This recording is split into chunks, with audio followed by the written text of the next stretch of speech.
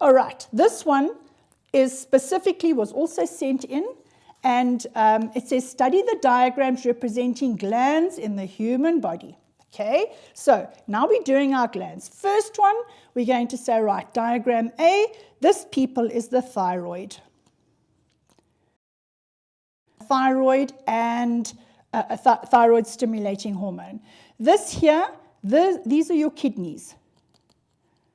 And whenever you do the kidneys, everything about the kidney is called renal. So this is a gland that sits on top of the kidney, so we call it the adrenal gland. Why? We've added it to the renal. That's how you remember it. And then C, well, that's the liver. This is the duodenum, so it's the small intestine. So, and what's this? That's looks like a little leaf, the pancreas. Now, please remember, your pancreas is the only gland in the body, or organ in the body, that has both an exocrine and an endocrine pancreatic juice, which is for digestion. So the pancreas is very, very important. Right, so let's see here. It says, identify the endocrine glands. Oh, we've done that. So A is the thyroid, B is the adrenal gland, and C is the pancreas. Right, then the functioning of the gland in diagram A is controlled by another hormone. Okay, this hormone is the thyroid stimulating hormone. Okay, TSH, thyroid stimulating hormone. So, let's think. What does thyroid stimulating hormone do? Obviously, it stimulates the thyroid. And what does the thyroid do? Well, the thyroid releases thyroxine, which is the hormone. And what does that thyroxine do? It's an endocrine gland, so it's going to travel in the blood. And its target organ is going to be the body and the cells in the body. And the thyroxine controls or regulates or causes the control or regulation of your metabolism. It's how quickly or how slowly your body works and functions. Think about it. When you are sleeping, you don't need your cells to work at the same rate as when you are sitting watching TV or playing a game of soccer. You've got completely different processes happening. So your body works on a homeostatic principle. And homeostasis, homeo means the same. Stasis means to stay. So your body tries to maintain this balance all the time. So if a system increases in function, then another system or a corrective mechanism will make it come down. Why? Because we must have a balance. And it's called negative feedback because look here. If this is normal here, okay, and let's say temperature, blood sugar, doesn't matter. Any process in the body increases, we have our corrective mechanism which will make it decrease. But it doesn't stop at normal because there's nothing to stop it, so it keeps going down. When it gets too low, we have a corrective mechanism that now makes it go up. Doesn't stop at normal. Remember, this is normal. It keeps going up until a corrective mechanism causes it to now decrease again. So it always goes in the opposite direction. If it goes up, we make it come down. If it goes down, we make it come up. So it's always in the opposite direction. And that's why we say it is the negative feedback system. If it was a positive feedback system, it means that if something increased, it would continue to increase. So let's think about temperature. If your body temperature went up and your body inside then made it go higher, you would die. If your body temperature was here and your body then decides, I'm now going to use a corrective mechanism to make it go down, and then it goes lower, you would freeze to death and die. So all your hormones, your antibodies, your cells, your enzymes, they're all made of protein. And protein is sensitive to temperature and pH. And the body works very hard to make sure that your temperature and pH is maintained all the time. While I'm talking about temperature, please remember that vaso talks about vessels. So when we talk about vasoconstriction, it goes smaller. So the blood vessels go small. When something is small, it puts pressure on the contents. So that would increase your blood pressure. Vasoconstriction. Also, if it's cold, your vessels are going to constrict and they're going to pull away from the skin so you don't lose heat by convection and conduction and radiation. You're going to keep the blood closer to the center of your core so that you can stay warmer and you don't lose any of your heat to the environment. Okay, vasoconstriction. Vaso, blood vessel, dilation. Di means to go big. So constrict, dilate. Same with your pupils. Constrict, dilate. Remember that, people. Constrict, dilate. So vasodilation, the blood vessels get larger. So if it's very hot, you want to get more blood to the surface of your skin. Why? Because it supplies, first of all, the sweat glands with blood so that they can make sweat, which then oozes onto the skin through the sweat pore because it's an exocrine gland. And the sweat then cools the skin down. Do this. Take your, this looks disgusting, but go like this. Take your tongue and go, lick your hand. Now, gently blow. What can you feel? Feel how cool it gets?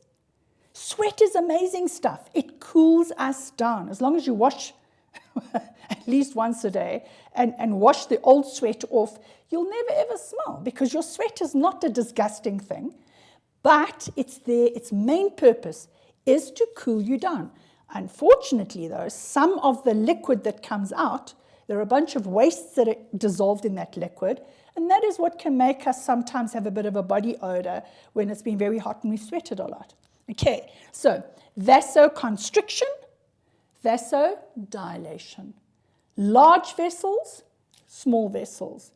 Lots of cooling and blood supply, less cooling and less blood supply. So when the sweat glands get less sweat because the blood vessels have constricted and pulled away from the surface, they've got nothing to make sweat with. So then they don't work. Okay, so provide the name of this hormone. It's the thyroid stimulating hormone. It's going to stimulate the thyroid to produce thyroxine. Which gland is responsible for the secretion of the hormone here? It's going to be the pituitary gland. Okay, so I'm going to quickly show you this. All right, what you've got is, you've got the pituitary gland, okay, and the thyroid. This is actually so easy, it's a figure 8. So the pituitary gland releases more thyroid stimulating hormone, which is going to stimulate the thyroid to release more thyroid stimulating hormone, more thyroxine. And that's then going to lead to an increase in metabolism. So the body's going to work faster, okay? And when we have lots of thyroxine in the blood, okay, because here, lots of thyroxine in the blood, that is going to inhibit the pituitary because there's lots. So what does the pituitary do? It responds and releases less thyroid stimulating hormone. Okay, so less thyroid stimulating hormone. The thyroid is now going to be less stimulated and release less thyroxine. Okay? There's less thyroid-stimulating hormone, less thyroxine. And that is then going to cause a decrease in metabolism.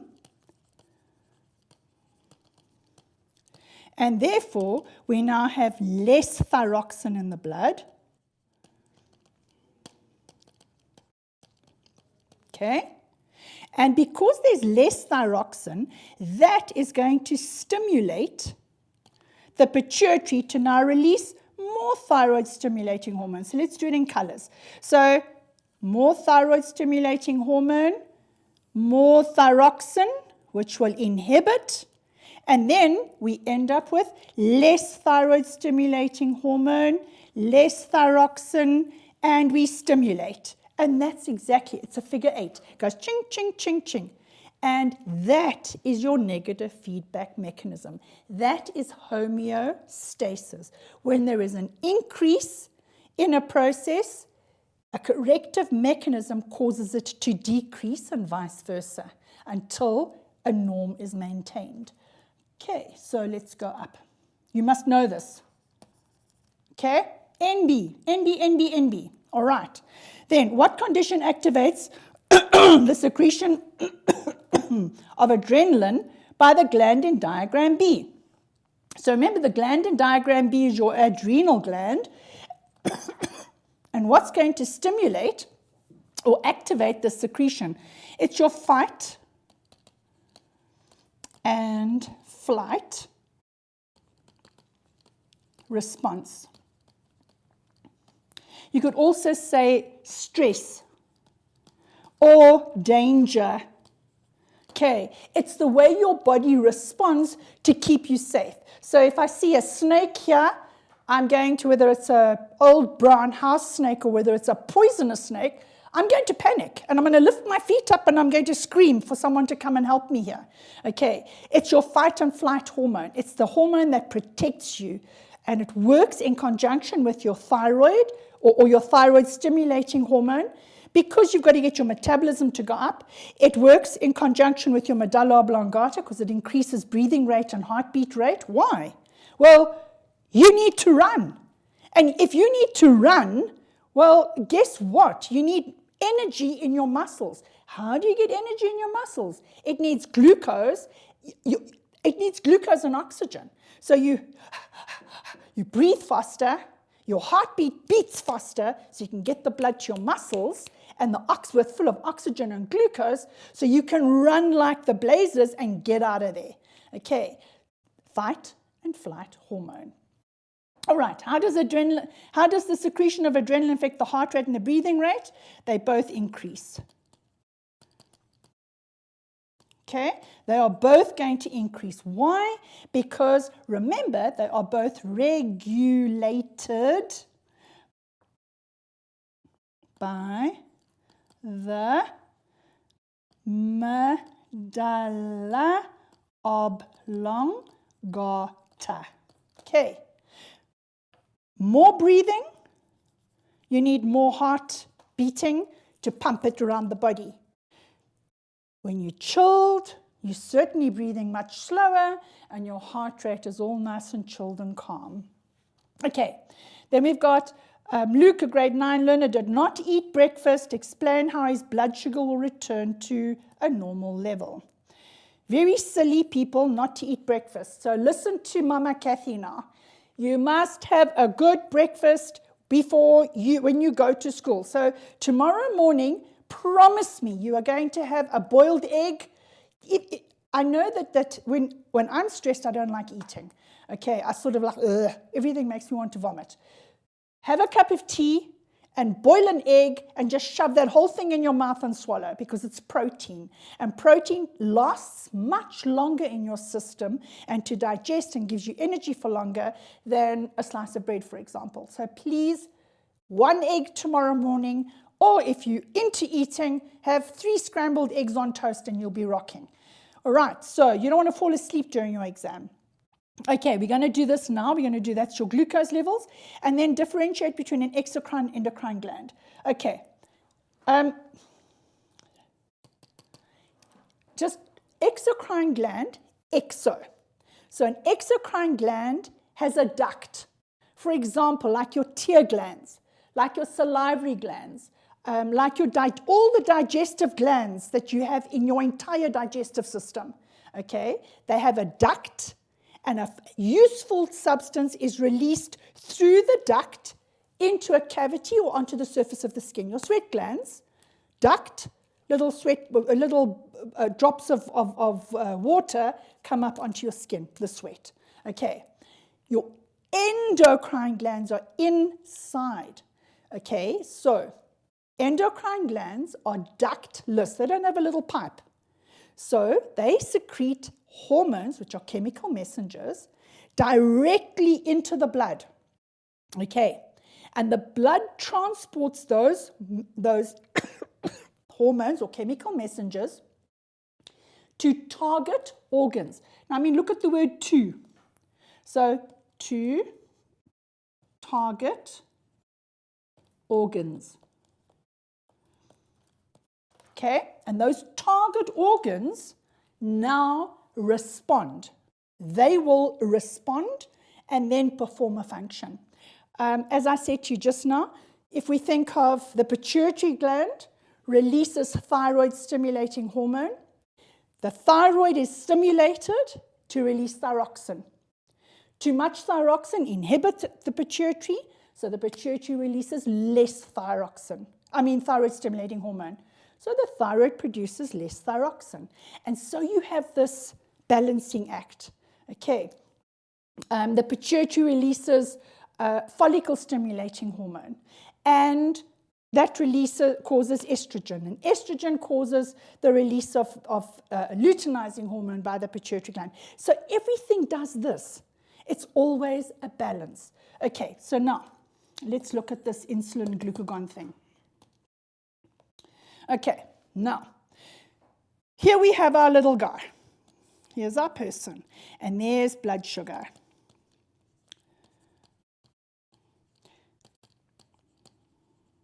Okay, so blood sugar, blood glucose, it's the same thing. Okay, now, your blood sugar level is low. Okay, it's low because no, I should actually do this the other way around. So it's low, no food, therefore low. So this could be when you've been fasting. It could be when you're on a diet. That's why people are so grumpy when they're on a diet and they feel they have no energy. Or it could be because you've just woken up. Okay, you slept all night and you've now woken up. So, or like in our question, the guy didn't have breakfast in the morning. Okay, so blood sugar is low. So what happens? The body says, oopsie, we have a problem. So there's no food, so your blood sugar is low. So what that does is it stimulates the pituitary. Oh, what am I talking the pituitary? It stimulates the pancreas to release glucagon. Now think of it like this. Glucose is gone. Okay, glucagon. This is a hormone and it travels in the blood. And where does it go? It goes to the target organ, the liver, and muscle cells. And what does it do? It causes those liver and muscle cells to convert glycogen to glucose. Because glycogen is stored glucose. Okay, let me just move this board down a bit. Okay, so it converts glycogen to glucose. And who does it? The liver and the muscle cells. Not glucagon. Glucagon travels in the blood and causes the liver and muscle cells to convert glycogen to glucose. So what happens now? we have an increase in glucose. So, therefore, increase in blood sugar.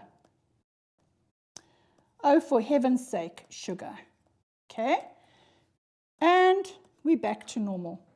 Because it was low, we've now corrected it. So we now have an increase. And we're back to normal.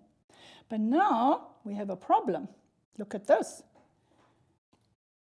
The blood sugar level, you eat a breakfast. So you eat. Or you have an adrenaline surge. Have you ever had a really big fright? And after the fright, you start to shake, okay? And you think, huh? What's happening?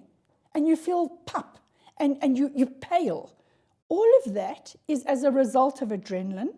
And then afterwards, when you start to shake, it's your body's way of working through the sugar that is in your blood. You're trying to bring your blood sugar down.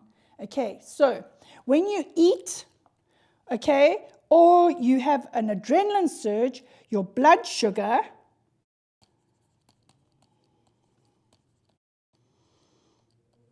increases. Okay? And when it increases, it stimulates the pituitary to release a very special hormone called insulin. And insulin controls your blood sugar, not glucagon, because glucagon is when glucose is gone, glucagon will be released. And so your blood sugar will increase. Okay?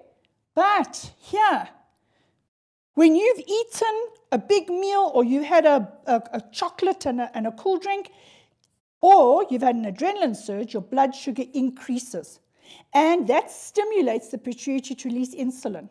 So what happens?